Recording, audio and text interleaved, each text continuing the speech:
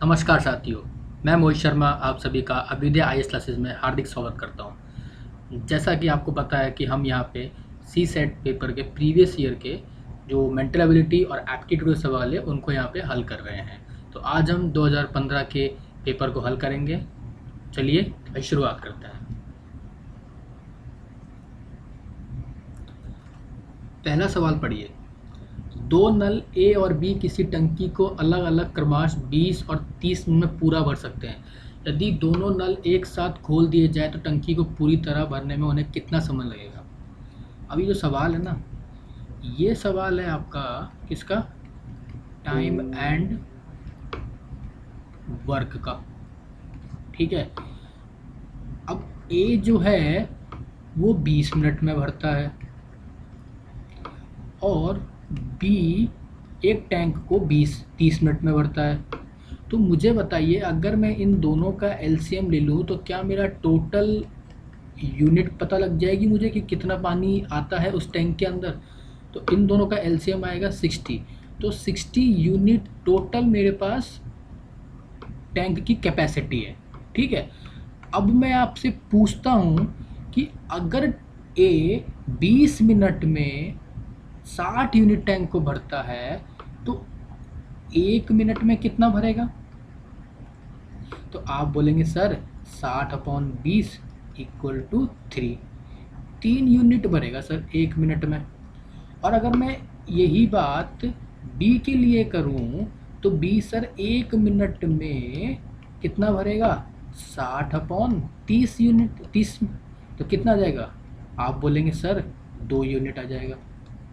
और अगर मैं अब आपसे पूछूं कि दोनों मिलकर कितना यूनिट भरेंगे 1 मिनट में, तो आप बोलेंगे सर 5 यूनिट भरेंगे। और मेरे पास टोटल कितना है, 60 है। तो 5 से भाग दे दूँगा तो कितना आ जाएगा, 12। तो वो दोनों मिलके 12 मिनट में पूरे टैंक को भर देंगे। तो ये सवाल तो बहुत इजी था। आई होप सब कुछ समझ में आया होगा जिस तरह मैंने ये अभी आपको हल करके बताया है। नेक्स्ट सवाल पढ़ते हैं। नेक्स्ट सवाल क्या कहता है कि पीटर और पॉल की मासिक आय 4:3 के अनुपात में है।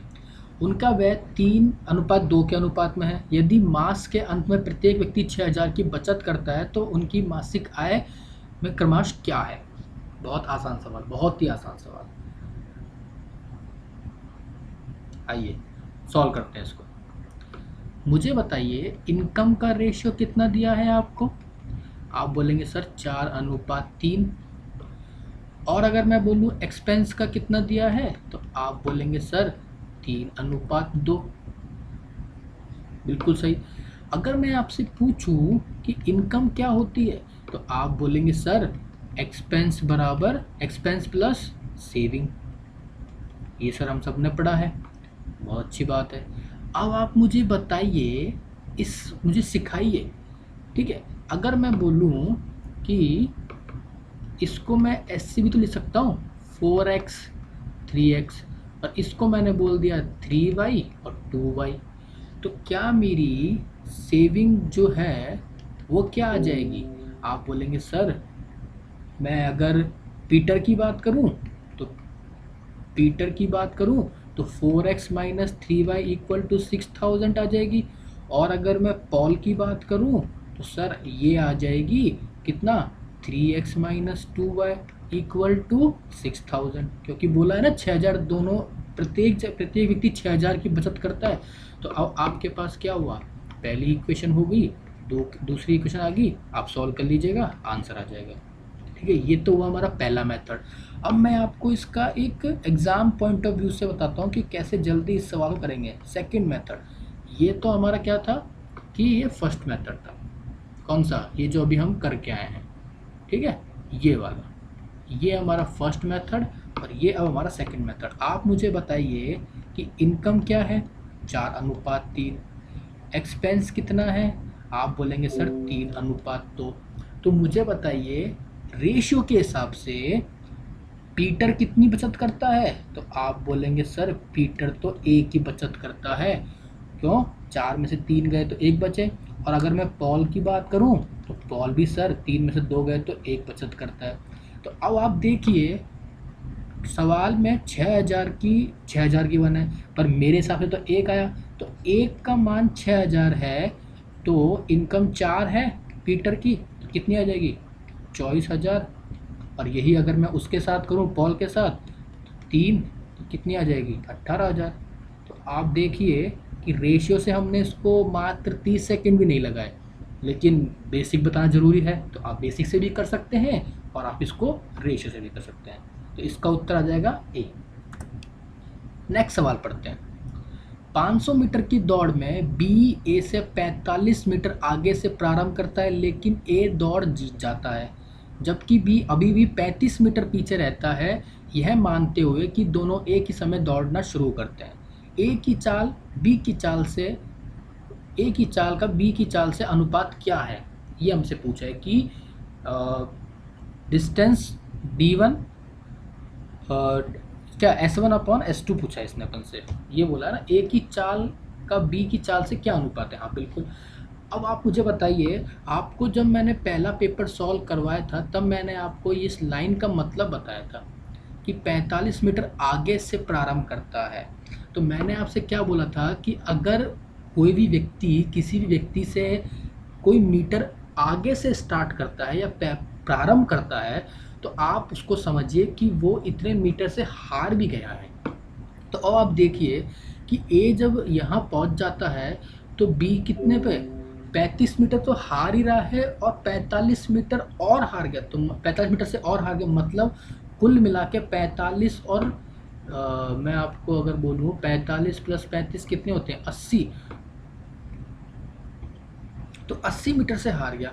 तो बी यहाँ पे था, मतलब क्या हुआ, अगर ये पूरी दौड़ 500 मीटर की है सवाल में, तो बी 420 पे ही था उस टाइम और ए हमारा 500 पे पहुंच चुका था।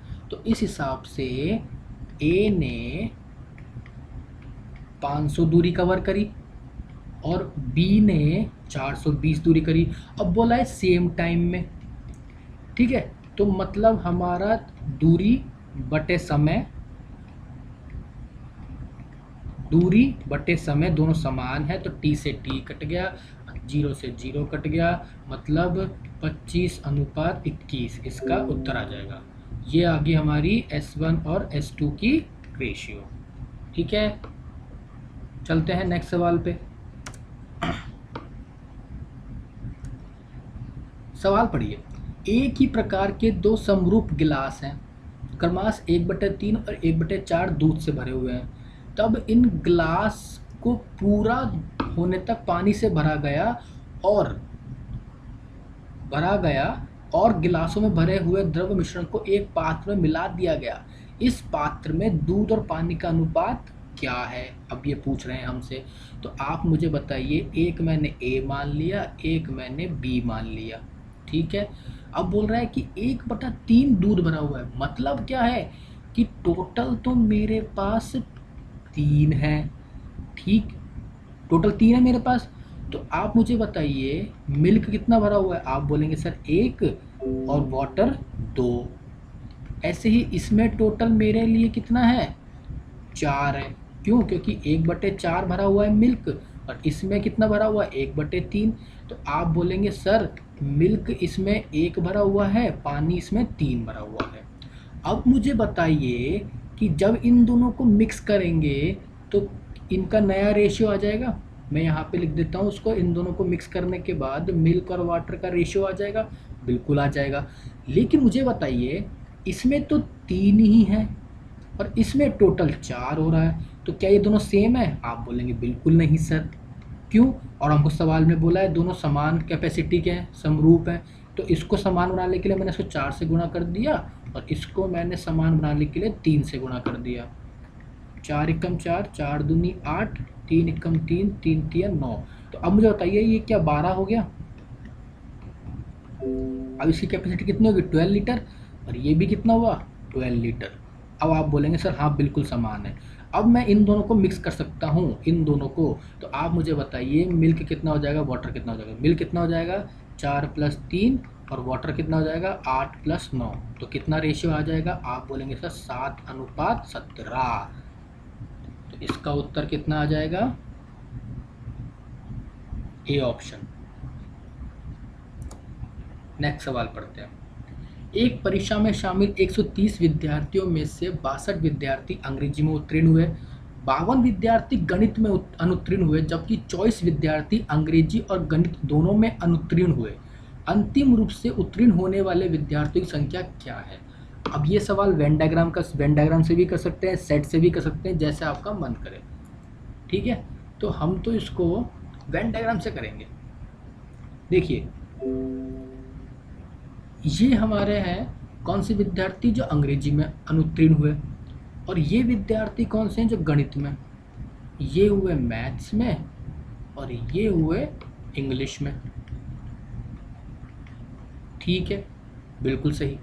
अब आप मुझे बताइए, सवाल में क्या दिया है कि 62 विद्यार्थी अंग्रेजी में अनुत्तीर्ण हुए, मतलब इसकी वैल्यू 62 गिवन है, और मैथ्स में कितने 52, और दोनों में ही जो हुए, तो ये दोनों ही कॉमन है ना, ये वाला पार्ट कॉमन है।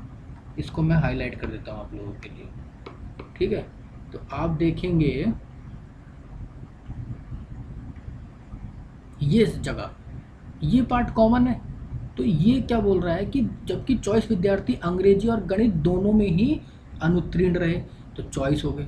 अब मुझे बताइए, जो केवल केवल मेरी लैंग्वेज सुनिएगा क्या बोल रहा हूँ मैं, कि जो केवल अंग्रेजी में अनुत्तीर्ण हुए तो कितने बचेंगे? 62 में से चॉइस गए तो 62 में से 20 गए तो 42, 42 में 4 गए तो 38, 52 में से चॉइस गए तो 52 में से 20 गए तो 32, 32 में चॉइस 32 में 4 गए तो 28। बिल्कुल सही। अब मुझे बताइए टोटल कितने हैं हमारे पास?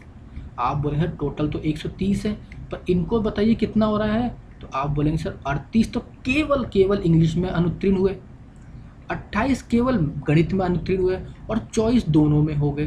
तो इनका सम कितना आ रहा है? 8 8 16, 16 4 20, हसल गई 2, 2 2 4, 2 6, 6 3 9। अब मुझे बताइए जो पास हुए होंगे, अब ये क्या आया? ये तो फेल स्टूडेंट आ गए, अनुत्तीर्ण वाले। तो पास होने वाले कितने हो जाएंगे? तो आप बोलेंगे सर 130 में से 90 गए तो 40। ठीक है, बहुत बढ़िया। अब इसको मैं आपके लिए उससे बता देता हूँ, अगर आपका मन कर रहा है तो आप मुझे बताइए, अगर आपने पढ़ा हो इसका formula NA plus NB minus NA intersection C, A intersection B, sorry, और ये क्या होता है? A यूनियन B होता है यहाँ पे। तो NA की वैल्यू हमको 62 दे रखी है, 52 दे रखी है, 24 दे रखी है। 2 और 2 4, 6 और 4 11, 6 4 10 और 114, 114 में से 24 गए तो 90। 90 लोग क्या हुए जो फेल हो गए, और टोटल मेरे पास 130 है, तो वही सवाल का उत्तर तो वही आएगा 40। आप चाहे मेथड बदल लीजिए, पर सवाल का उत्तर हमेशा सेम ही आता है।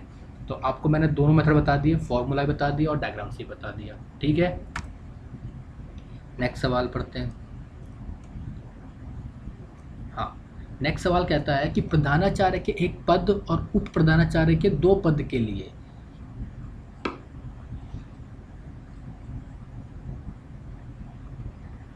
प्रिंसिपल के लिए 1 पद है और वाइस प्रिंसिपल के लिए 2 पद हैं। और क्या बोल रहा है? साक्षात्कार के लिए बुलाए गए 6 उम्मीदवारों से केवल 2 उम्मीदवार प्रधानाचार्य पद के लिए। तो टोटल कितने बच्चे बुलाए गए? टोटल बुलाए गए 6। और बोल रहा है कि उनमें से सिर्फ 2 ही ऐसे बच्चे हैं जो प्रधानाचार्य पद के लिए एलिजिबल है, जबकि उप प्रधानाचार्य पद के लिए यह सभी उम्मीदवार एलिजिबल है। तो चुने जाने वाले उम्मीदवारों के सभी संयोजनों की संख्या क्या है? तो मुझे बताइए, आप मुझे सिखाइए कि प्रिंसिपल के लिए 2 बच्चे हैं मेरे पास, 2 ही बच्चे हैं ना जो एलिजिबल हैं इस पोस्ट के लिए। तो आप मुझे बताइए, तो क्या ये 2 में से क्या मैं एक ही चुन सकता हूँ? आप बोलेंगे बिल्कुल सर, हाँ आप एक ही चुन सकते हैं यहाँ पे। और प्रिंसिपल के लिए अब मेरे पास कितने लोग हो गए? 5, क्योंकि मैंने एक तो चुन लिया यहाँ पे, बाकी बचे उसमें से 2 ही तो मेरे को भरने हैं। तो 2C1 की वैल्यू 2 और 5C2 की वैल्यू 10। आई होप आपको ये सॉल्व करना आता होगा। और कितना हो जाएगा 20, तो इसका उत्तर कितना आ जाएगा 20। अगर किसी बच्चे को 5C2 सॉल्व करना नहीं आता तो मैं बता देता हूँ 5 गुणा 4, और ये होता है यहाँ पे एक 5 में से 2 गए 3 फैक्टोरियल इंटू 2 फैक्टोरियल, ठीक है, ये ऐसे होता है। अब इसको सॉल्व करेंगे तो आपका 10 आ जाएगा। इसको सॉल्व करेंगे, किसको, इसको सॉल्व करेंगे तो आपको 10 आएगा। वैसे होता क्या है ये होता है NCR, ठीक है। तो फैक्टोरियल n लिखते हैं, यहाँ पे लिखते हैं n माइनस आर का फैक्टोरियल, और यहाँ लिखते हैं r का फैक्टोरियल, ये होता है फॉर्मूला। अब आप इसको इसमें डालेंगे तो इसका उत्तर यहाँ पे 10 आएगा, तो 20। तो यहाँ पे हमारा उत्तर क्या हो जाएगा, उपयुक्त में से कोई भी नहीं। चले नेक्स्ट सवाल पे।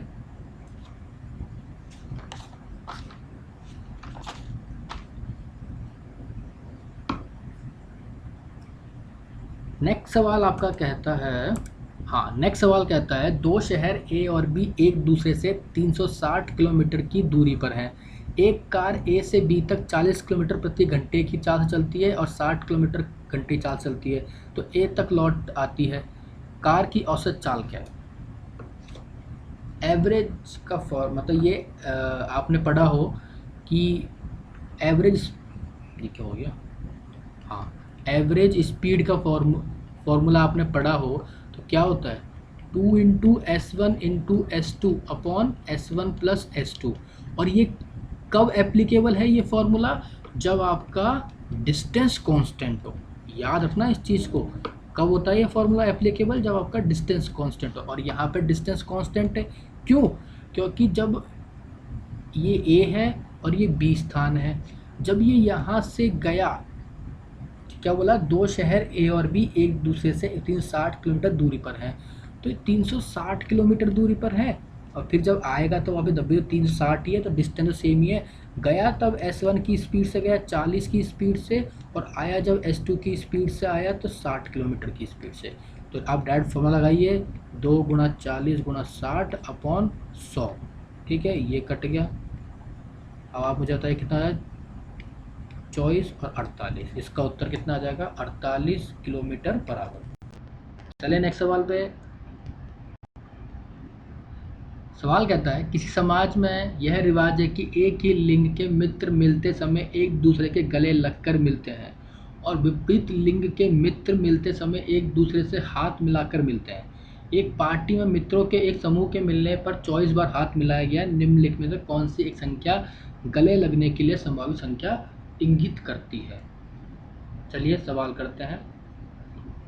ज़्यादा डिफ़िकल्ट सवाल नहीं है, बस थोड़ा सा लेंदी है ये, ठीक है। तो आप मुझे बताइए हैंडशेक कितने हुए थे हमारे? आप बोलेंगे सर 24, तो मैं आपको बोलूँगा मेल और फीमेल। तो मुझे आप बताइए कि पहला जो हो सकता है कि 12 इंटू 2 हो सकता है ना, 12 मेल हो 2 फीमेल हो। दूसरा केस हो सकता है कि 8 इंटू 3 मतलब 8 मेल हो 3 ये हो सकता है कि 6 मेल हो और 4 हो, तो 6 और 4 हो गए। अब मुझे बताइए हग करने वाले केसेस कैसे बनेंगे? तो आप बोलेंगे सर 12 व्यक्ति हैं तो 2 जने तो मिलते हैं तो 2C2 प्लस ऐसी 2 है तो 2C2, 8C2 plus 3C2, 6C2 plus 4C2। तो जब मैंने पहले को सॉल्व किया, किसको, 12C2 प्लस 2C2 को, तो ये कितना आ जाएगा 66 प्लस 1 67। सेकेंड, जब मैंने 8C2 प्लस 3C2 को सॉल्व किया तो ये कितना आ गया है 28 प्लस 3 इक्वल टू 31। और जब मैंने थर्ड वाले को सॉल्व किया तो ये आया 6C2 प्लस 4C2, तो ये आ जाएगा कितना 21 आ जाएगा। तो आप मुझे बताइए इन ऑप्शन में कौन कौन सी जो वैल्यूज़ हैं वो मैच कर रही है? तो आप बोलेंगे सर 61 है नहीं, 31 है नहीं, 21 ही है, ठीक है। और यहाँ भी 39 नहीं है, 30 नहीं है, 20 नहीं है, तो 21, तो 20 इसका आंसर हो जाएगा। नेक्स्ट सवाल पढ़ते हैं। किसी बस में यात्रा करने वाले व्यक्तियों के एक समूह में 6 व्यक्ति तमिल बोल सकते हैं, 15 व्यक्ति हिंदी बोल सकते हैं और 6 व्यक्ति गुजराती बोल सकते हैं। तो मुझे आप बताइए कि ये तमिल हुए, ये हिंदी हुए और ये गुजराती हुए। तमिल, हिंदी और गुजराती। क्या बोलता है, ये 6 है टोटल, ये 15 व्यक्ति हिंदी बोलते हैं और ये लोग क्या बोलते हैं, गुजराती। कितने, 6 जने। अब मुझे बताइए सवाल में आगे क्या बोला, उसी समूह में कोई भी व्यक्ति कोई अन्य भाषा नहीं बोल सकता है। बिल्कुल। यदि इस समूह के 2 व्यक्ति केवल 2 भाषाएं बोल सकते हैं और एक व्यक्ति सभी 3 भाषा बोल सकता है, मतलब ये एक ऐसा व्यक्ति होगा जो तीनों भाषा बोल सकता है। तो मैंने क्या करा, इसको x मान लिया, इसको y मान लिया, इसको z मान लिया। तो ये कितना हो जाएगा, आप बोलेंगे sir 6 minus x minus Y minus 1। बोलेंगे बिल्कुल सही सर। इसको 15 minus x minus Z minus 1। बोलेंगे बिल्कुल सही सर। इसको 6 minus Y minus Z minus 1। तो अब मुझे बताइए आप, टोटल लोग कितने हैं जो लैंग्वेज बोलते हैं, 6 तो तमिल, 15 हिंदी और 6 अपने क्या 27 हो गए तो टोटल लैंग्वेज बोल रहे हैं। तो जब मैंने सॉल्व किया 6 minus x minus Y minus 1 plus 15 minus Y minus Y minus sorry Y नहीं X minus Z minus 1 plus 6 minus Y minus Z minus 1 plus X plus 1 plus Z plus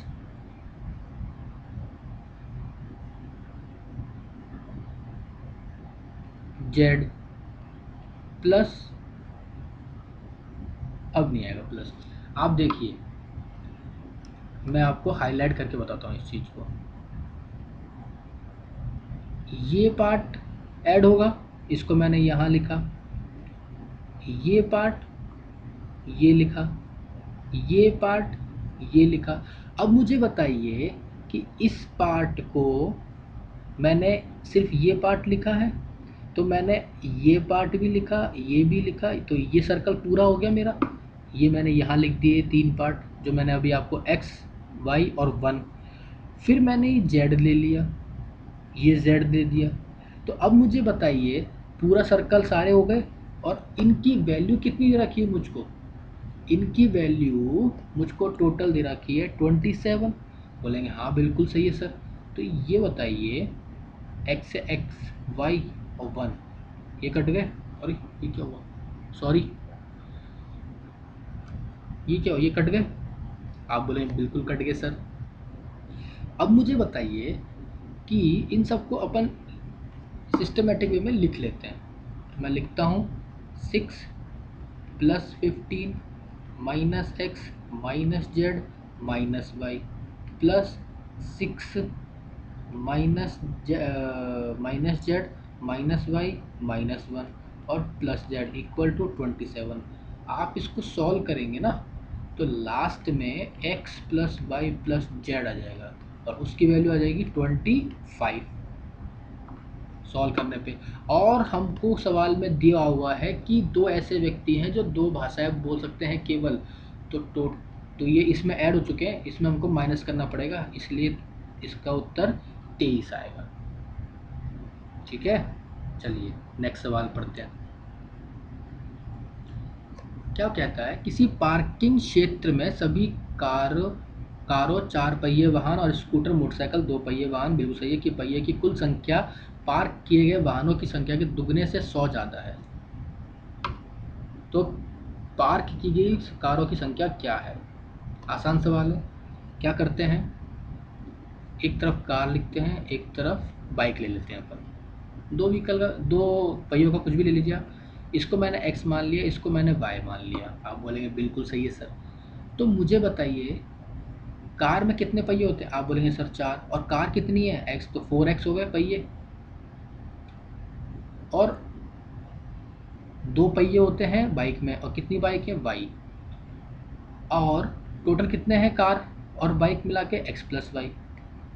सवाल को पढ़िए, क्या बोला है कि दो कार और स्कूटर के पहियों की कुल संख्या पार्क किए गए वाहनों की संख्या की दुगने से 100 ज्यादा है। किससे दुगनी है ये बताइए। यहाँ देखिए क्या लिखा है, पार्क किए गए वाहनों की संख्या के दुगने से 100 ज्यादा है। तो ये डबल है इससे, तो मैं 2 से गुणा करूंगा और प्लस 100 कर दूंगा, और आप इसको सॉल्व कर लेंगे। 4x plus 2y equal to 2x plus 2y A plus 100। तो 2y से 2y कट गया, 2x 100 आ गया, तो x इक्वल टू 50 आ गई। तो कारों की संख्या पूछिए, 50 आ गए, उत्तर आ गया हमारा। चले नेक्स्ट सवाल पे। ये सवाल है, 12 व्यक्ति अपने एक क्लब बना लेते हैं। ठीक है भाई, 12 लोग हैं। महीने में एक बार पर्ची निकालकर उनमें से एक व्यक्ति सभी के लिए रात्रि भोजन की मेजबानी करेगा। एक वर्ष में किसी विशेष सदस्य की कितनी बार रात्रि भोजन की मेजबानी करनी होगी। ये तो लॉजिकल सवाल है, इसमें सवाल का कुछ घुमाया नहीं है। आप मुझे बताइए, एक साल में, एक साल हिंदी लिख दी क्या, 1 ईयर में कितने मंथ होंगे, 12 मंथ। तो 12 बार पर्ची खुलेंगी, मतलब आप बोलेंगे बिल्कुल सर। तो मुझे बताइए, क्या आप प्रेडिक्ट कर सकते हैं, क्या आप बता सकते हैं किसी एक व्यक्ति के बारे में। आप बोलेंगे सर कैसे बताएं। आप मुझे बताइए, मान लीजिए कुछ 12 लोग हैं, ABCD करके बहुत सारे। मान लीजिए पहले बार में ही A का नाम आ गया, फिर दूसरी बार में A का नाम आ गया, फिर तीसरी बार में C की। तो ऐसे तो हम किसी का बता सकते ही नहीं है ना। हमको क्या पता कि भैया बी का कब आएगा, सी का कब आएगा, डी का कब आएगा, ई का कब आएगा, या फिर एफ का कब आएगा, या 12 व्यक्ति हैं जो उनमें किसका कब आएगा, हमको नहीं पता ये चीज़। तो इसलिए इसका है ना उत्तर क्या आएगा, डी आएगा, कि पूर्वानाम नहीं लगा सकता, इसका अनुमान नहीं लग सकता, can not be determined. Okay, next सवाल पढ़ते हैं। एक विद्यार्थी को एक पाठ्यक्रम के लिए 5 विषयों नामक वाणिज्य, अर्थशास्त्र, सांख्यिकी, गणित 1 और गणित 2 में से 2 विषयों को चुनना है। ठीक है, गणित 2 केवल तभी चुना सकता है जब गणित 1 भी चुना गया हो। ये कंडीशन डाल दी इसने। 2 विषयों के चुने जा सकने वाले संभव संयोजकों की संख्या क्या है। आप मुझे बताइए, आप देखिए, आप मुझे सिखाइए, क्या सिखाइए कि जब 2 सब्जेक्ट लेने हैं तो 2, और अगर किसी बच्चे ने मैथ्स गणित ले ली तो उसको गणित के साथ, गणित 2 के साथ गणित 1 भी आ जाएगी। मतलब गणित 1 जब चुनता है तो गणित 2 भी आ जाएगी। तो उसका कॉम्बिनेशन कितना हो जाएगा, 2C2 प्लस, और फिर क्या बोल रहा है कि बाकी सब्जेक्ट बच गए। अब बाकी सब्जेक्ट बच गए, कितने सब्जेक्ट बच गए हमारे पास। आप बोलेंगे सर कितने सब्जेक्ट बच गए, आप बताइए मुझे। सोचिए सोचिए, मतलब इसमें 5 विषय दे रखे हैं हमको। ठीक है, और क्या बोला है कि वाणिज्य, अर्थशास्त्र और संख्या गणित 1 और गणित 2 में से 2 विषय चुनने हैं। ठीक है, तो पहले हमने क्या करा, पहले हमने मान लीजिए कोई व्यक्ति, कोई बच्चा है जिसने मैथ्स 1 ले ली और गणित 1 ले ली, तो उसके साथ गणित 2 भी तो आएगी। तो आप बोलेंगे बिल्कुल आएगी, तो उसकी ये हो गई। अब बाकी बचे 4 सब्जेक्ट। ठीक है, तो 4 में से उसको 1 चुनना है। तो आप बोलेंगे बिल्कुल 4 में से कितने चुनने हैं, 2 चुनने हैं। तो आप बोलेंगे हाँ सर बिल्कुल 2 चुनने हैं। तो 2C2 और 4C2 को सॉल्व कर लेंगे, आंसर आ जाएगा। 2C2 कितना होता है 1, और 4C2 कितना होता है 6। इसको सॉल्व करेंगे 7 आ जाएगा। आपको मैंने इसका फॉर्मूला लिखा दिया है, NCR का, factorial n upon factorial n minus r का फैक्टोरियल इंटू आर का फैक्टोरियल। आप जो सॉल्व करेंगे आपका उत्तर आ जाएगा। ठीक है, चलिए नेक्स्ट सवाल पढ़ते हैं। ये सवाल पढ़िए, एक व्यक्ति ने 5 जोड़े काले मोजे और कुछ जोड़े भूरे मोजे को ऑर्डर किया। मतलब कहाँ गया ये, ब्लैक और ब्राउन, बिल्कुल। एक काले जोड़े की कीमत एक भूरे जोड़े की कीमत से 3 गुनी है।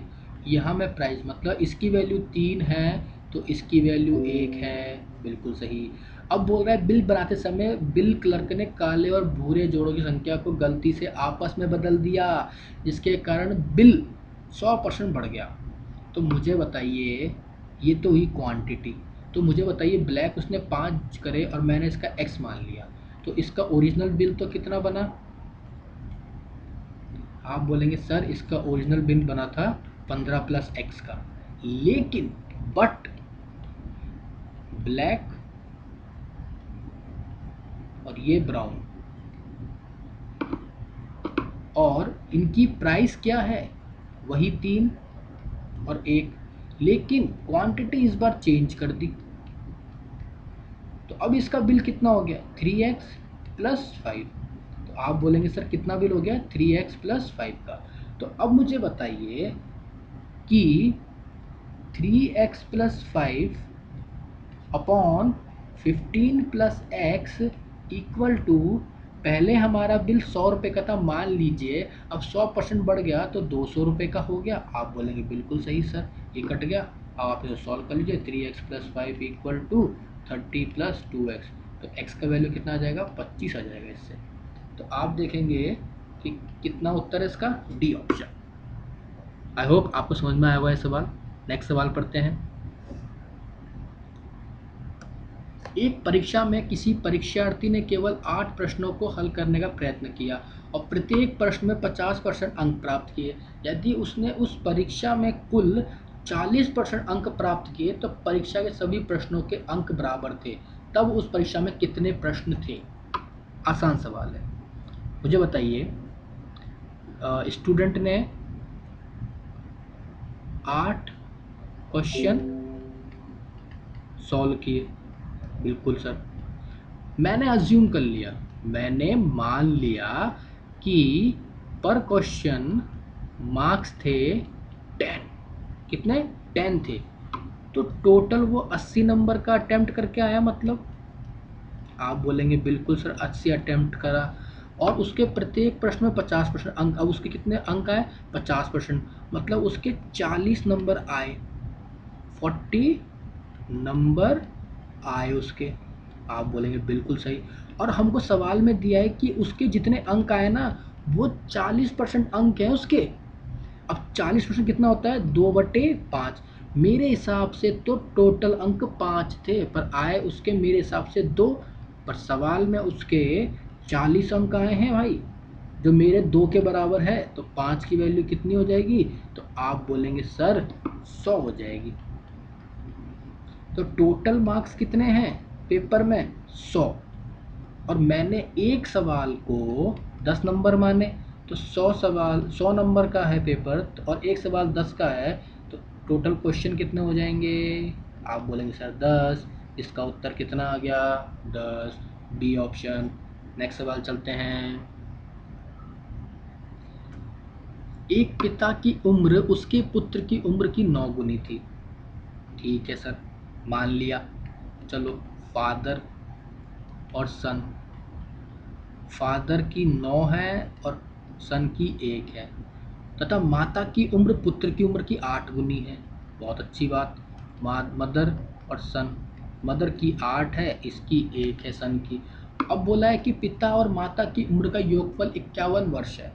अगर मैं आपसे बोलूँ, अगर आपने रेशियो पढ़ा है, तो फादर को मैंने ए मान लिया और बेटे को मैंने बी मान लिया, तो 9:1 दे रखा है।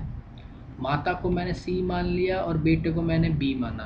तो आपको पता है कि जब मुझे ए अनुपात बी अनुपात सी बनाना होता है और ए अनुपात बी अनुपात सी दिया होता है, तो इससे बन जाता है मेरा, कैसे बन जाता है? एक बार इसको इससे इंटू करेंगे, एक बार इसको इससे इंटू करेंगे, मतलब ए बी स्क्वायर और फिर बी सी। ठीक है, तो इसमें बराबर है, तो फादर, मदर और सन, तो 9, 8 और 1। सवाल में 51 वर्ष दे रखी माता और पिता की उम्र का योगफल। और मेरे हिसाब से 17 हो रहा है, तो 3 हो गई, मतलब एक की वैल्यू 3 हो गई मेरे हिसाब से। और यहाँ पे मुझे बताना है, तो सन की पूछी थी उन्होंने, तो सन का मेरा एक ही तो है रेशियो था, तो 3 वर्ष हो गई उसकी उत्तर, उसकी आयु। इसका उत्तर डी ऑप्शन। नेक्स्ट सवाल चलते हैं। किसी नगर में 45% लोग पत्रिका ए पढ़ते हैं, 55% लोग पत्रिका बी पढ़ते हैं, तथा 40% लोग पत्रिका सी पढ़ते हैं। इसको मैं आपको वेन डायग्राम से समझाता हूँ। चलिए वेन डायग्राम से करते हैं। ये हमारे ए पत्रिका पढ़ने वाले, ये हमारे बी पत्रिका पढ़ने वाले, और ये हमारे सी पत्रिका पढ़ने वाले। A B C. क्या बोला है? 45% लोग ए पढ़ते हैं, 45। 55% लोग बी पढ़ते हैं, और 40% लोग सी पढ़ते हैं। 30% लोग ए और बी पढ़ते हैं, तो ये ए और बी का है, कितने हैं अपने? 30। 15% लोग बी और सी पढ़ते हैं, ये 15 हो गए। 25% लोग ए और सी पढ़ते हैं, ये 25 हो गए। 10% लोग तीनों पढ़ते हैं। तो मुझे बताइए जब केवल ए पढ़ते हैं वो कितने हो जाएंगे? तो आप बोलेंगे सर 45 तो यही है। क्या है सर? 45 तो यही है। आप निकाल लेंगे यहाँ से, आप बोलेंगे सर निकाल लेंगे। कैसे निकालेंगे? 30% लोग पत्रिका ए और बी पढ़ते हैं, 25% ये पढ़ते हैं, और 10 ये पढ़ते हैं। 45 तो टोटल है, ये 30, 25 माइनस 10। 30 और 25 कितने हुए? 55। 55 माइनस 10 कितने हुए? 45। और 45 में तो 45 के तो जीरो, तो जीरो लोग क्या ए पढ़ते हैं। ठीक है, समझ गए ना आप? इसको तो आप इसको आप फिर सॉल्व कर लेंगे। ऐसे इसको निकालना और ऐसे इसको निकालना, तो आप देखेंगे कि यहाँ पे कितने प्रतिशत लोग पत्रिका पढ़ते हैं, टोटल आ जाएगा इससे। ठीक है, और फिर 100 से माइनस कर देंगे तो वो आ जाएगा। अब मैं इसको आपको, मैंने वेन डायग्राम से बता दिया, मैंने वेन डायग्राम से आपको इसका ओवरव्यू दे दिया है। ठीक है, अब मैं इसको आपको फॉर्मूला समझाता हूँ, क्योंकि बहुत बच्चों को ये समझ में आता नहीं वेन डायग्राम। तो क्या है? A union B union C, तो N A plus N B plus N C minus N A intersection B plus B intersection C plus N C intersection A, bracket बंद, फिर plus N A intersection B intersection C. तो N ए का value कितना दे रखा है? 45%, N B का 55%, N C का 40%। अब नेगेटिव आ जाएगा, एन ए इंटरसेक्शन बी -3 -15 और -25 प्लस 10। अब आप इसको ऐड कर लीजिए, 45 और 55 कितने हुए? 50 और 4 90, 90 और 10 100, 100 140, 140 तो ये हो गए। ठीक है, 25 और 15 कितने हुए? 40, 40 30 70, 70 में से 10 गए तो 60, तो कितने बचे? 80। अब मुझे बताइए 100 में से 80 लोग जो हैं वो पत्रिका पढ़ते हैं, तो कितने हुए? 20% ऐसे लोग हैं वो जो नहीं पढ़ते हैं, बस। तो इसका उत्तर सी हो जाएगा आपके लिए। आप वेन डायग्राम को भी सॉल्व करके देखेंगे ना। कहाँ गया मेरा कर्सर? कर्सर कभी कभी चल जाता है घूमने के लिए। नया लैपटॉप खरीदना पड़ेगा, देखते हैं, बात करेंगे हमारे अधिकारी से कि कब तक हमको दिलवाते हैं। तो ये जो वेन डायग्राम है ना हमारा, वेन डायग्राम को ही आप जब सॉल्व करेंगे ना तब भी इससे उत्तर 20% ही आएगा, आप घबराइएगा नहीं। मैंने आपको इससे पिछले वाला सवाल जो था ना वो वेन डायग्राम वाला, उसको मैंने आपको बताया सॉल्व करके, तो आप उससे करके देखिएगा, आपको उत्तर मिलेगा। और अगर आपको ज़्यादा जल्दी है तो आप इससे भी कर सकते हैं, बस आपको फॉर्मूले याद होने चाहिए। ठीक है, नेक्स्ट सवाल देखें। नेक्स्ट सवाल है ही नहीं, ख़त्म हो गया। तो आपने देखा ना, हमने 2015 के जो सवाल आए हैं एग्ज़ाम में उनको हमने कितने आसानी से सॉल्व कर लिया यहाँ पे। बस हमको थोड़े बहुत इसमें फार्मूले याद होने चाहिए, सेट्स के फार्मूले याद होने चाहिए। अगर किसी को सेट के फार्मूले याद नहीं है, किसी को वेन डायग्राम से करना अच्छा लगता है तो वो वेन डायग्राम से भी कर सकता है। बस लॉजिकल सवाल थे, तो इनको घुमा फिरा के उन्होंने पूछा नहीं है। आप इनको प्रैक्टिस करिए और जितना हो सकता है ना बस प्रैक्टिस करिए। प्रैक्टिस ही करेंगे तभी आपका पेपर भी अच्छा जाएगा और आपकी कंसेप्चुअल जो क्लैरिटी होती है वो भी आपको मिलेगी। तो क्लास को यहीं पे समाप्त करते हैं। चलिए, आपको वीडियो अच्छा लगता है ना तो आप वीडियो को लाइक भी करिए और शेयर भी करिए और चैनल को सब्सक्राइब करिए मत भूलिएगा, क्योंकि हम आने वाले समय में आपके लिए प्रत्येक चैप्टर को लेके रीजनिंग और मैथ्स के जो हमारे सी सेट में आते हैं उनके ऊपर वीडियोस बनाएंगे और बेसिक से स्टार्ट करेंगे। अभी आप पेपर देकर आइए और मैं चाहता हूं कि आपका पेपर पूर्ण रूप से अच्छा जाए। ठीक है, नमस्कार, जय हिंद, जय भारत। नमस्कार साथियों, मैं मोहित शर्मा आप सभी का अभ्युदय आईएएस क्लासेस में हार्दिक स्वागत करता हूं। जैसा कि आप जानते हैं, हम यहाँ पे जो प्रीवियस ईयर सी सेट के पेपर हैं उसके मेंटल एबिलिटी और एप्टीट्यूड के जो सवाल है उनको यहाँ पे हल करने और ये जान रहे हैं कि उन सवालों को हम यहाँ पे कितने बेहतर तरीके से हल कर सकते हैं।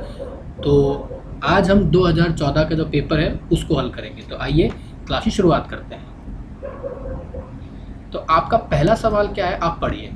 पहला सवाल बोलता है कि 630 बच्चों का एक समूह है जिसकी सामूहिक फोटो लेने के लिए उनको नियम बिठाया गया है। प्रत्येक पंक्ति में उसके आगे की पंक्ति की तुलना में 3 बच्चे कम। क्या बोल रहा है? प्रत्येक पंक्ति में उसके आगे की पंक्ति की तुलना में 3 बच्चे कम थे। पंक्तियों की निम्नलिखित संख्याओं में से कौन सी एक संभव नहीं है?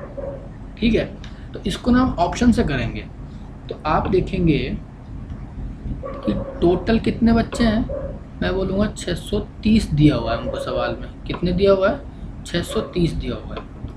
ठीक है, अब आप देखिए कि अगर मैं पहला ऑप्शन लेता हूँ, ठीक है, 3 का, मतलब हमारी कितनी संख्या है रोज़ की? ठीक है, तो आप बोलेंगे सर 3 है। अगर मैं पहला ऑप्शन लेता हूँ तो आप मुझे बताइए, पहले में अगर x है तो दूसरी रो में कितनी हो जाएंगी? x माइनस 3 हो जाएंगी। फिर आप देखेंगे x माइनस 6 हो जाएंगी और इन तीनों का सम कितना होना चाहिए? 630 होना चाहिए, क्योंकि अगर पहली रो में x बच्चे बैठे हैं और दूसरी रो में x माइनस 3 बैठे हैं, फिर तीसरी रो में कितने होंगे? x माइनस 6 ही तो होंगे। तो आप इन सबको खोल के ऐड करेंगे ना, तो आप देखेंगे कि ये कितना आ रहा है? x minus 3 plus x minus 6 equal to 630।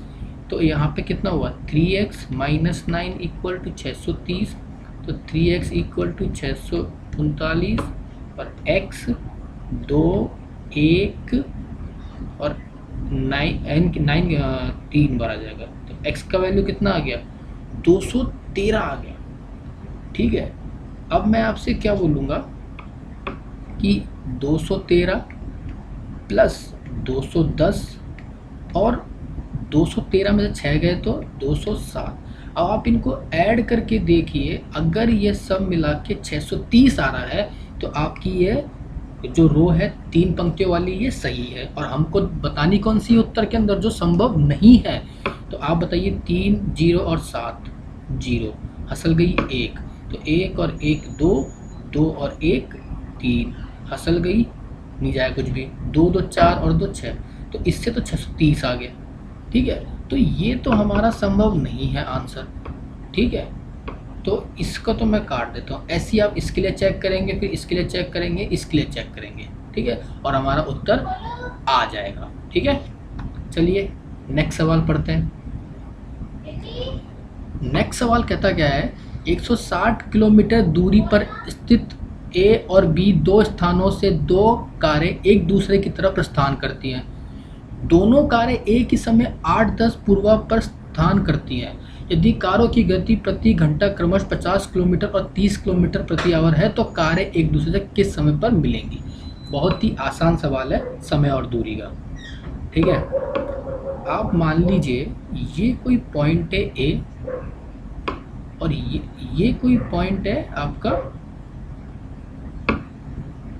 दूसरा पॉइंट, ठीक है, बी। इसको मैंने ए नाम दे दिया, इसको मैंने बी नाम दे दिया, ठीक है। इन दोनों की दूरी कितनी है? 160 किलोमीटर की। और एक कार जो C1 है वो आ रही है 50 किलोमीटर पर आवर से, और ये जो कार है C2 ये आ रही है कौन सी, कितनी रफ्तार से? 30 किलोमीटर पर आवर से। बिल्कुल ही कोने में चलेगा तो गलती होगी अपन से, ठीक है। 1 सेकेंड आप समय दीजिए, वो आ जाएगा वापस, ठीक है। कितना है? 30 किलोमीटर प्रति आवर का। अब मुझे बताइए, एक तो कार ऐसे जा रही है और दूसरी कार ऐसे आ रही है, तो इन दोनों की रिलेटिव स्पीड क्या हो जाएगी? तो आप बोलेंगे सर रिलेटिव स्पीड क्या होगी? 50 प्लस 30 कितनी हो जाएगी sir? Sir 80 kilometre per hour हो जाएगी। और इन दोनों की दूरी कितनी है? दूरी आप बोलेंगे सर 160 है। तो आपको पता है फॉर्मूला क्या? Distance equal to speed into time होता है। अब हमारे पास डिस्टेंस है और स्पीड है, टाइम आ जाएगा कि कितनी देर बाद मिलेंगी ये, ठीक है। तो डिस्टेंस कितना है? 160 और स्पीड कितनी है? 80। तो टाइम कितना आ जाएगा? 2 घंटे आ गए। और हमारा गाड़ी कब चली थी? हमारी दोनों कारें का समय क्या है? समय है हमारे पास 8:10। अब इसमें आप 2 घंटा ऐड कर दीजिए तो 10:10 पे ये दोनों मिल जाएगी। तो हमारा उत्तर क्या आ जाएगा? ए ऑप्शन, है ना आसान सवाल। तो नेक्स्ट सवाल करते हैं, चलिए। अब ये सवाल पढ़िए। एक बैंक से किए गए समझौते के अनुसार एक व्यापारी को कोई ऋण राशि कुछ समान किस्तों में बिना ब्याज चुकानी थी। क्या बोल रहा है? बिना ब्याज चुकानी थी। 18 किस्त चुकाने के बाद उसने पाया कि उसका 60% ऋण चुका गया है। समझौते के अनुसार कितनी किस्तें थी? बहुत ही आसान सवाल है और ये बहुत से बच्चे इसमें कभी कभी कंफ्यूज हो जाते हैं। तो इसमें आप ना कंपाउंड इंटरेस्ट या फिर सिंपल इंटरेस्ट का मत कुछ करिएगा, ये 1% का सवाल है सिंपल। क्या बोल रहा है कि 60% चुका दिया गया है। क्या बोल रहा है? 60% ऋण चुका दिया है। अब मान लीजिए टोटल था मेरे पास 100 और मुझे पता है 60% चुका दिया है, तो 60% की फ्रैक्शन वैल्यू क्या होती है? 3/5। तो मेरे हिसाब से तो ऋण था 5 और 3 चुका दिया है। और सवाल के हिसाब से क्या बोल रहा है कि 18 किस्तों की वैल्यू 3 है, तो 5 की कितनी होगी? टोटल 30 किस्तें। तो इसका उत्तर क्या आ जाएगा? इसका उत्तर आ जाएगा सी, 30, है ना आसान सवाल। चलिए नेक्स्ट सवाल पे। सवाल पढ़िए, क्या कह रहा है? यदि सोहन मोहन 2 बकरियों को एक ही दाम पर बेचकर एक बकरी 10% लाभ कमाता है और दूसरी पर 10% हानि भुगतता है, तो उससे बताइए लाभ होगा या फिर हानि होगी, या फिर उसे ना तो लाभ होगा ना हानि होगी, उसे 1% का लाभ होगा, 1% की हानि होगी, या 2% की हानि होगी, ठीक है। तो इस सवाल को मैं आपको 2 तरीके से बताऊंगा। वैसे तो 3 तरीके हैं इसके एग्ज़ाम में करने के लिए, तो आपको मैं 2 तरीके बताता हूँ और बहुत ही आसान तरीके हैं वो, ठीक है। पहला तो बहुत ही सिंपल, फर्स्ट मेथड, ठीक है। कुछ मत करिएगा, जब भी सवाल में क्या बोला गया हो कि एसपी, क्या बोला? सेलिंग प्राइस दिया आपको, क्या सेलिंग प्राइस, दोनों ने एक ही सामान पे बेची, एक ही उस पे एसपी पे बेचा उन दोनों को, तो आप ये देखिएगा कि जो लाभ प्रतिशत है कितना है हमारा? 10% है लाभ प्रतिशत, ठीक है। और 10% ही हमारा क्या है? लॉस है। जब ये दोनों प्रॉफिट और लॉस, मतलब हमारा लाभ और हानि जो प्रतिशत है वो अगर समान हो, क्या हो? सेम हो या इक्वल हो, तो कुछ मत करिएगा, 10 का स्क्वायर करिए और डिवाइड बाय 100 कर दीजिए, ठीक है। तो कितना आ गया? 100/100, मतलब 1% की हमको हानि है इसमें, ठीक है। क्या है? हानि है। ये तो हुआ आपका पहला तरीका, ठीक है। अब मैं आपको इसको सेकंड मेथड से बताता हूँ, ठीक है। तो इसको मैं यहाँ से लाइन खींचता हूँ ताकि आपको डाउट डाउट ना हो, ठीक है। अब सेकंड मेथड क्या है? सेकंड मेथड क्या है? रेशियो मेथड है। क्या है? Ratio method.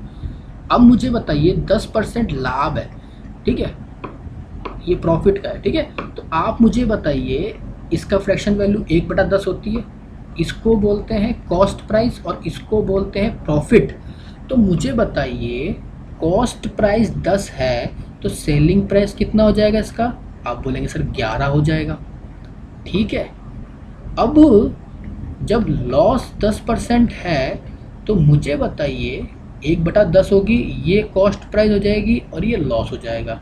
तो आप मुझे बताइए, ठीक है, आप बताइए कि सेकंड वाली बकरी जो है उसकी कॉस्ट प्राइस 10 है पर बेची कितने में? 9 में। पर हमारे हिसाब से तो इसमें सेलिंग प्राइस 11 आ रही है पहले वाले की और दूसरे वाले की 9 आ रही है। पर सवाल में तो बोला है कि दोनों समान हैं। तो अब इन दोनों को समान बनाने के लिए मैं इसको ऊपर 9 से गुणा कर दूंगा, ठीक है। अब 9 से गुणा करूंगा तो दोनों में करूंगा और नीचे वाले को मैं समान बनाने के लिए 11 से गुणा कर दूंगा। तो आप देखेंगे कि कॉस्ट प्राइस कितनी हो जाएगी? 90 और सेलिंग प्राइस कितनी हो जाएगी? 99, ठीक है। यहाँ पे सेलिंग प्राइस कॉस्ट प्राइस कितनी हो जाएगी? 110 और यहाँ पे सेलिंग प्राइस कितनी हो जाएगी? 99। अब हमारा सवाल सही हो चुका है कि हमने माना था, क्योंकि हमारे सवाल में दिया हुआ है कि दोनों सेलिंग प्राइस आपकी समान है, तो यहाँ पे हमारी सेलिंग प्राइस अब समान हो गई है। अब आप टोटल कर लीजिए, तो टोटल कॉस्ट प्राइस कितनी आ जाएगी? 200 और टोटल सेलिंग प्राइस आ जाएगी 198। तो मुझे बताइए कितने का इसको लॉस हुआ? 2 का लॉस हुआ किस पे? 200 पे। तो ये गया 2 बार और ये 1 बार। तो आप बोलेंगे सर 1% की हानि हो गई। तो इसका उत्तर क्या आ जाएगा? इसका उत्तर आ जाएगा सी। है ना आसान सवाल? दोनों मेथड बता दिए। तीसरा मेथड मैं आपको अभी नहीं बता रहा हूँ क्योंकि उसका कोई मतलब नहीं है, ठीक है। आप इन दोनों मेथड से एग्जाम में करेंगे, आपका सवाल बिल्कुल पूरी तरह से हल होगा। चलिए नेक्स्ट सवाल पढ़ते हैं। ये सवाल पढ़िए, क्या बोल रहा है कि एक क्लब के कुल 120 संगीतज्ञों में से 5% गिटार, वायलिन और बांसुरी तीनों वाद्य बजा सकते हैं, ठीक है। तो क्या बोला है? 120 का, ठीक है। तो 120 का 5% निकाल लेते हैं हम। ये 1 0 से 1 0 कट गया, ठीक है। ये 5 से गया और ये गया 6, ठीक है। ये तो मैंने आपके लिए सॉल्व कर दिया, 6 आ गया, ठीक है। तो 6 ऐसे लोग हैं जो तीनों चीज़ बजा सकते हैं। अब वो बोल रहा है कि उपर्युक्त वाद्यों में से कोई 2 और केवल 2 वाद्य बजा सकने वाले संगीतों की संख्या 30 है। तो 2 बजाने वाले कितने हैं? 30 है। और केवल जो संगीतज्ञ केवल गिटार बजा सकते हैं वह 40 हैं। तो 1 बजाने वाले कितने हैं? 40 हैं।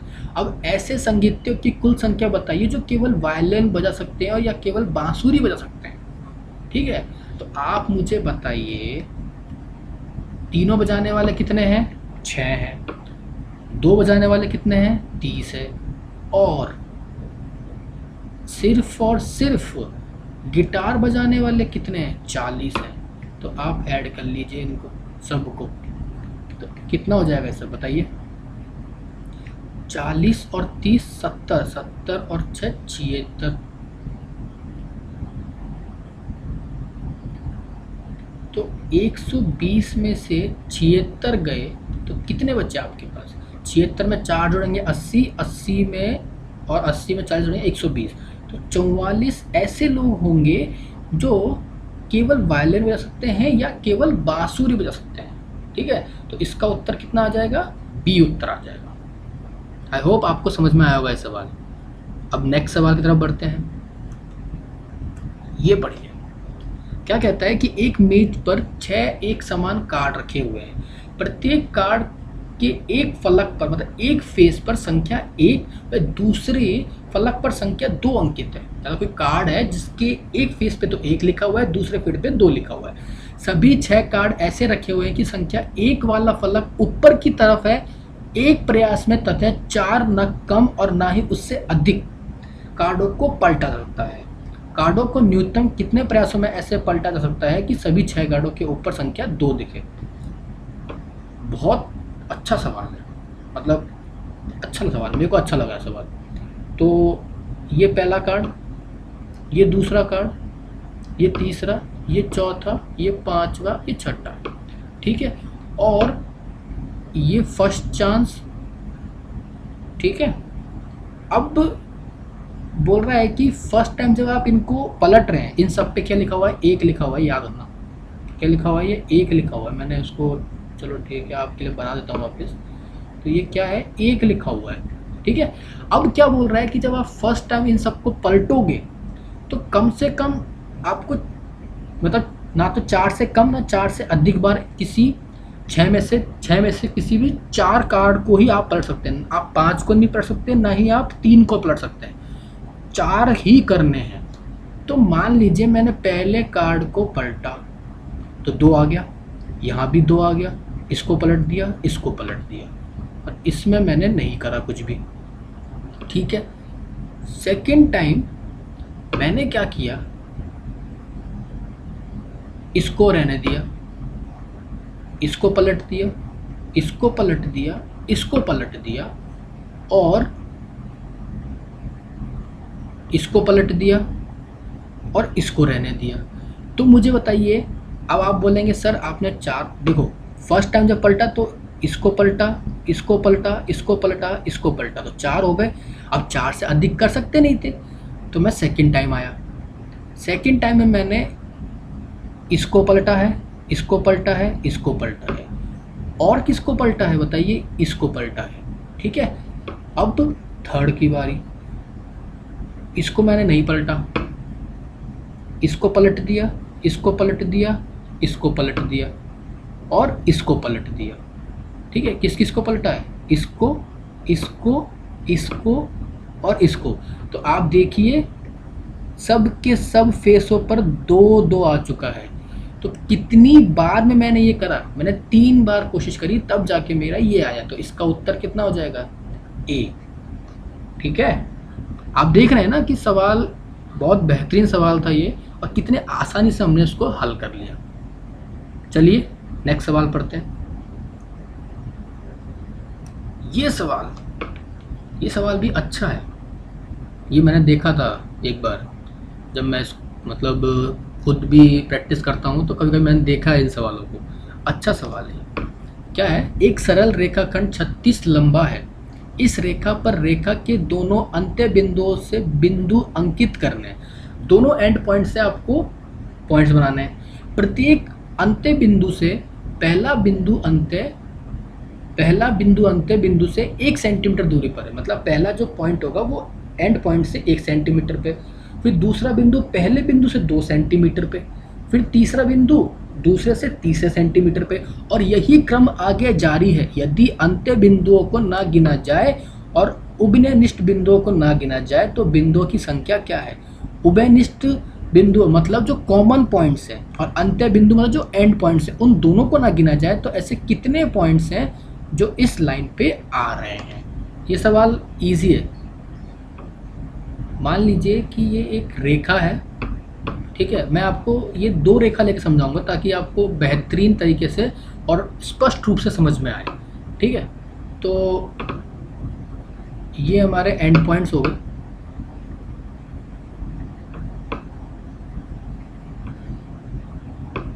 ये पहला बिंदु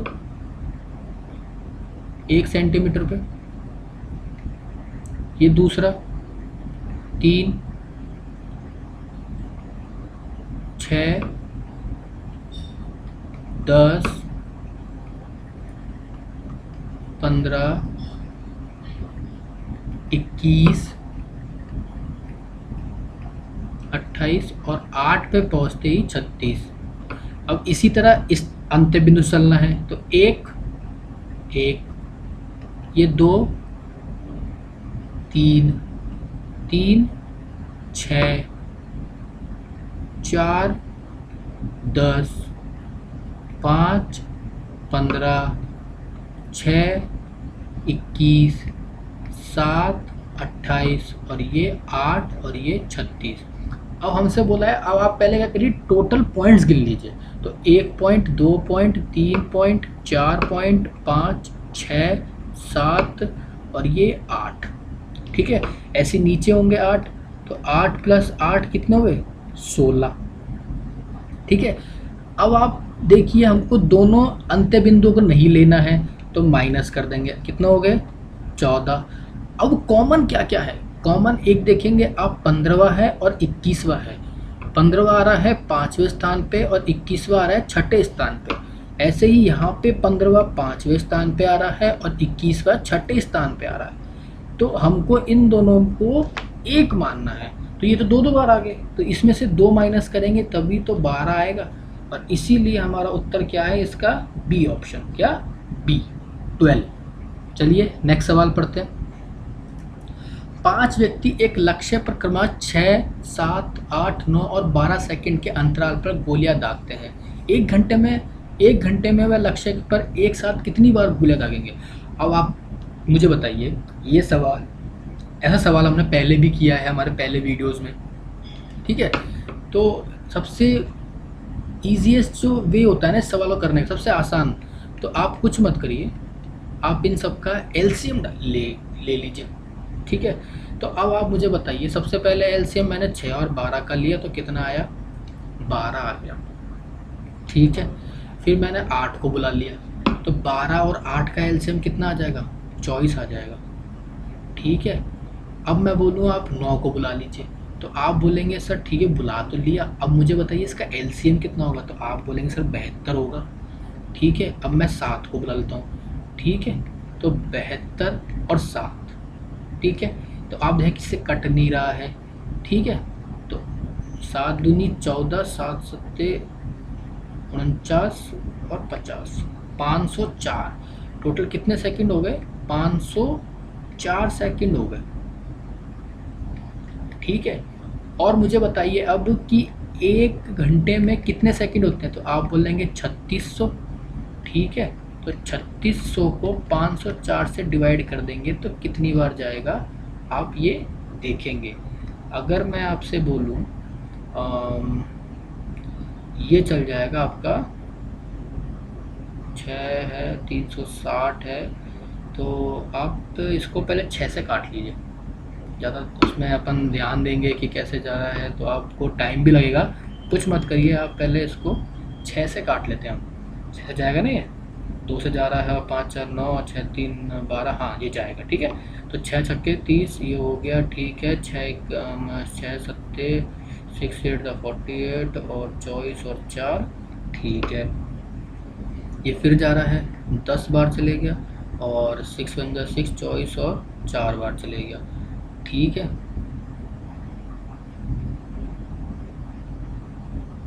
ये यहाँ पे 3600 है।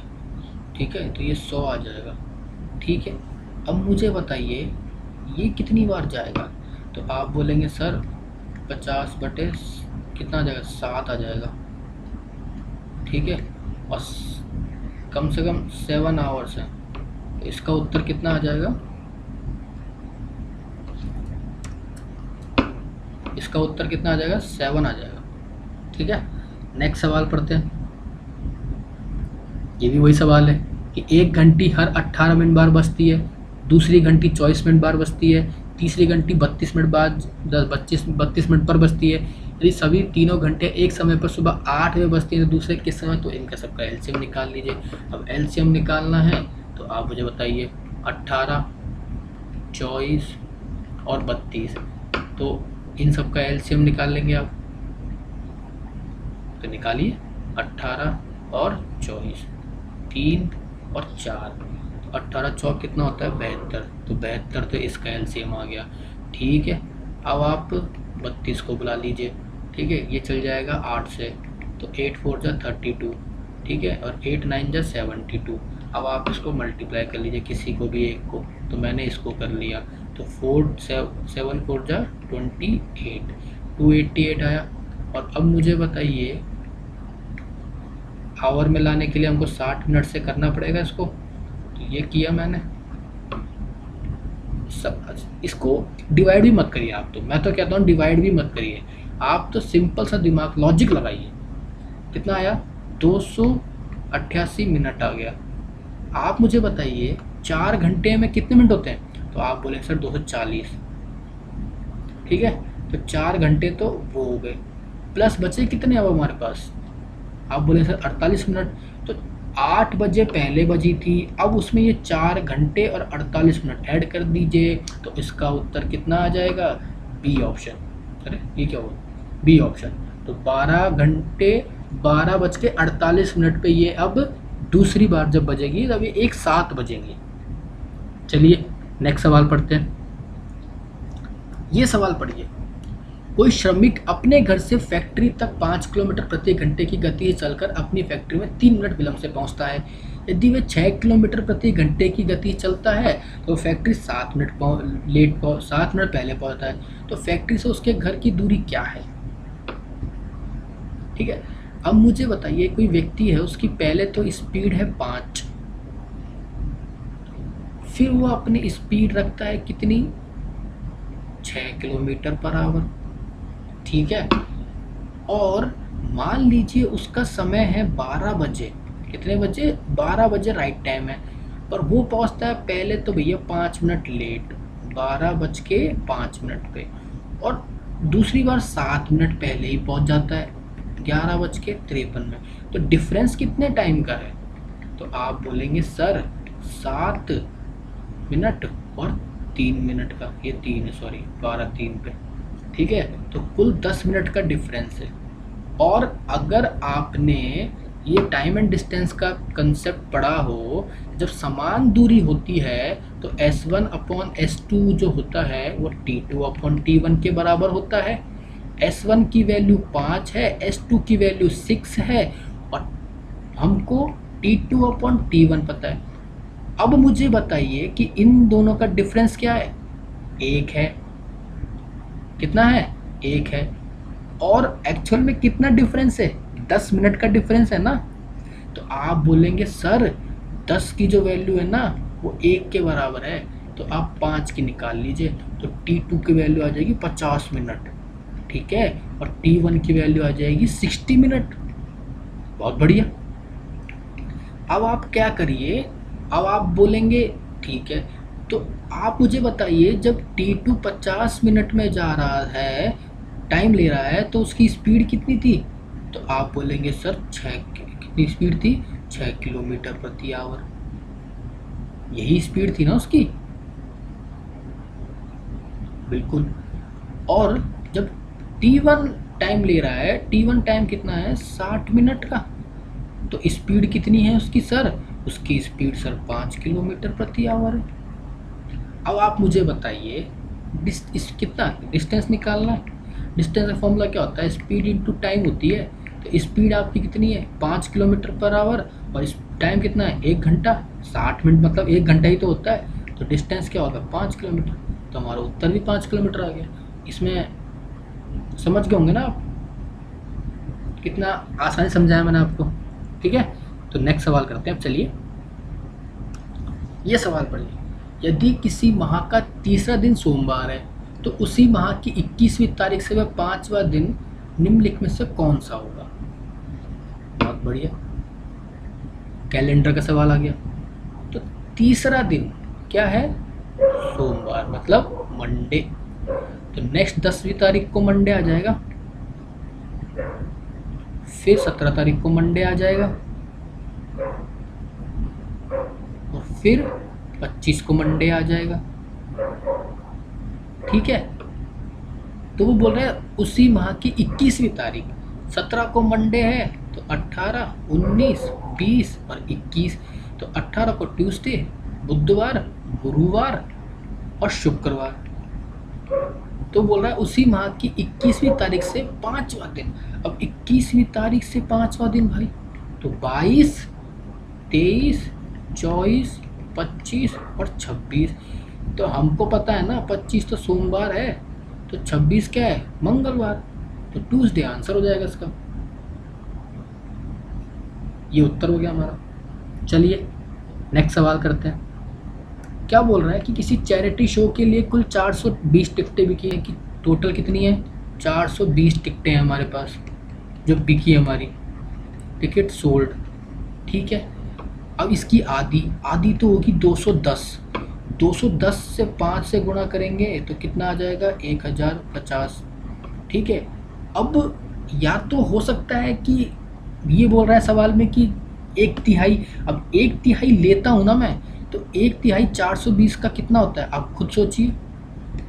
1/3 लूँगा तो 1/40, और 3 के हिसाब से करूँगा तो 480 आ जाएगा। और बाकी अब बची कितनी, बाकी बच जाएगी मेरे पास 70।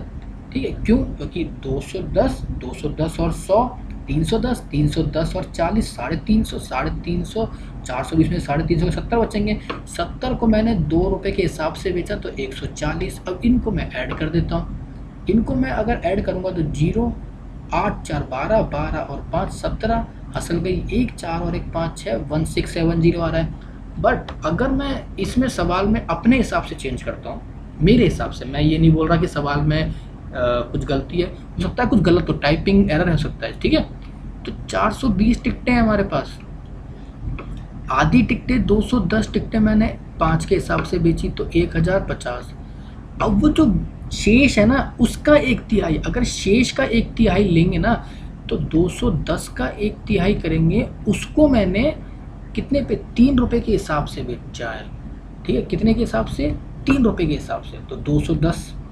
और अब जो बच गई, अब बच कितनी गई, 210 का 1/3 कितना हो, 70 हो गया, तो 140 बच गई मेरे पास। 140 को मैंने 2 से बेचा ना तो 280 होता है। अब आप देखिए ऐड करके 0, ठीक है, 9, 9 और 5 14, हसल गई 1, 2 2 4 और 1 5।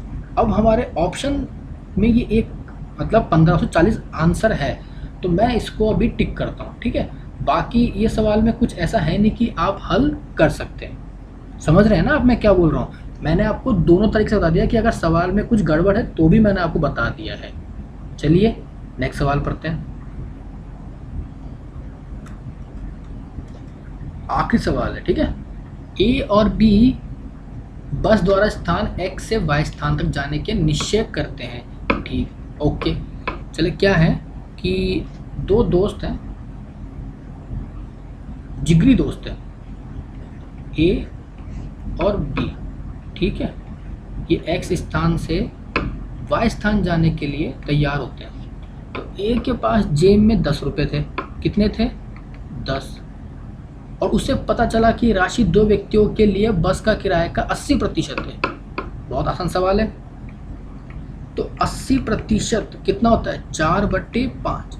मेरे हिसाब से तो बस का किराया 2 व्यक्तियों का 5 है, बट उसके पास तो 4 रुपये हैं। ठीक है, अब आगे पढ़िए। बी के पास 3 रुपये मिलते हैं जिसे वह ए को दे देता है। बहुत बढ़िया। तो बी को 3 रुपये थे, तो कुल मिला के कितने हो जाते हैं, 13 रुपये। अब मुझे बताइए, ठीक है, आप सुनिएगा मैं क्या बोलता हूँ, क्या कह रहा हूँ कि मेरे हिसाब से तो 5 रुपये टिकट था दोनों व्यक्तियों का, पर उसके पास तो 4 रुपये थे, मतलब 10 की वैल्यू 4 है, तो 5 की वैल्यू कितनी हो जाएगी। यही सवाल है ना, कि ए के पास 10 हैं और उसे पता चलता है कि ये राशि 2 व्यक्तियों के लिए बस का किराया का 80% है। 80% मतलब होता है 4/5। तो मेरे हिसाब से उसके पास 5 रुपये होने चाहिए थे, बट उसके पास तो 4 रुपये ही है। ठीक है, अब आप देखिए, तो 10 की वैल्यू 4 हुई, तो 5 की वैल्यू कितनी होगी, 2, 5, ठीक है। तो 25 और 2 मतलब 12.5 रुपये किराया था बस का दोनों व्यक्तियों का। लेकिन जैसे ही बी ने देखा कि मेरे दोस्त के पास 2.5 रुपये कम पड़ रहे हैं, तो उसने अपनी जेब टटोली और उसमें देखा कि उसके पास 3 रुपये थे। तो कुल मिला के ए प्लस बी के पास 13 रुपये हो गए। अब कितने हो गए, 13 रुपये। तो आप देखिए कि अब ऑप्शन क्या बोल रहे हैं। तो ऑप्शन क्या बोल रहा है, ए के पास अब जो नकदी है वे मात्र 2 टिकटों के लिए पर्याप्त है। गलत। ए के पास अब जो नकदी है वे मात्र नहीं, उसके पास तो 0.5 पैसा बच गया है। बी ऑप्शन पढ़िए, ए को टिकटें खरीदने के लिए 2 रुपये और सही है, बिल्कुल गलत। सी, 2 टिकट खरीदने के बाद ए के पास 50 पैसे बच जाएंगे, बिल्कुल सही। ए के पास अब जो नकदी है वह अभी भी 2 टिकट खरीदने के लिए पर्याप्त नहीं है। बिल्कुल गलत। तो हमारा ऑप्शन क्या आ जाएगा? सी। तो आपने देखा ना, जो 2014 के सवाल है वो कितने आसान थे और कितने आसान तरीके से हमने यहाँ पे हल कर लिया है। अगर आपको वीडियो अच्छा लगा है तो आप लाइक करिए, कमेंट करके बताइए कि आपको वीडियो कैसा लग रहा है। अगर आप सुधार चाहते हैं तो सुधार के लिए बोलिए आप लोग, ताकि हम जो कमी है हमारी वो पूरी कर सके और आपको बेहतर तरीके से इन सवालों को, और आगे जो हम हमारे वीडियोस लेकर आएंगे उसमें आपको बेहतरीन तरीके से कंटेंट और सवालों को समझा सके। धन्यवाद। जय हिंद, जय भारत।